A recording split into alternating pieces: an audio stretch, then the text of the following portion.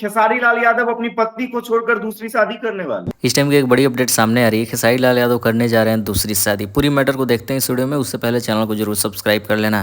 देखो ये मैटर कहाँ से शुरू हुआ पता नहीं, लेकिन आजकल पूरे न्यूज़ सोशल मीडिया पे इन सभी बातों का खूब चर्चा हो रहा है। खेसारी लाल यादव अपनी पत्नी को तलाक देंगे या नहीं, लेकिन आकांक्षा पुरी से दूसरी शादी करने जा रहे हैं। इस चीज़ की शुरुआत कहाँ से हुई वो भी देख लेते हैं। देशवा न्यूज की जो एंकर है, क्या नाम है, बबीता मिश्रा, उसने इस चीज़ का खुलासा किया है। चलिए देखते हैं वीडियो को। है खेसारी लाल यादव जी को कहीं ना कहीं आकांक्षा पुरी से थोड़ी सी दूरी बनानी चाहिए। और खेसारी लाल यादव को यहाँ तक नसीहत दे दी है कि भैया तुम दूर रहो आकांक्षा पुरी से। और जो बबीता मिश्रा के साथ था उन्होंने तो खुलासा करके बता दिया कि खेसारी लाल यादव बहुत जल्द शादी करने वाले हैं। अब शादी का मैटर कहाँ से शुरू हुआ पता नहीं, लेकिन जब खेसारी लाल यादव का बर्थडे था तो उस समय आकांक्षा पुरी ने एक बड़ा लंबा सा और बहुत ही प्यारा कैप्शन लिखा।